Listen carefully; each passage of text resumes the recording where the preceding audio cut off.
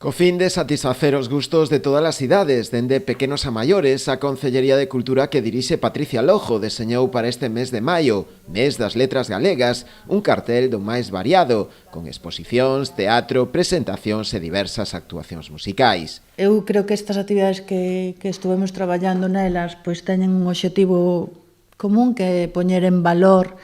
pois un pouco a nosa cultura, a nosa lingua e fomentar un pouco e crear tamén espazos de encontro e de reflexión ao arredor da lingua galega, non? Ademais, sobre todo neste momento, que a lingua galega pois está así un pouco decaída. A programación arrancará xa este vindeiro venres día 9, coa inauguración da exposición Da Pobra para o Mundo, realizada polo alumnado da Escola Fernández Varela, na Casa de Cultura Raquel Fernández Soler. En esta exposición vanse mergullar en algúns aspectos da nosa cultura, do lugar onde vivimos, do noso patrimonio, dos nosos lugares,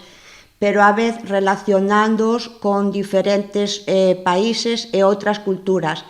Con esta idea, o profesorado que quería era que tanto os nenos e as nenas pois aprendan a importancia de coñecer o seu lugar onde viven,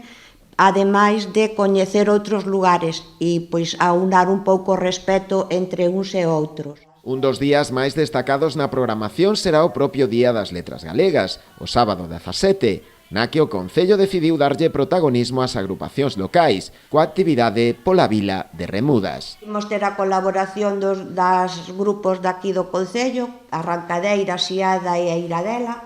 que van facer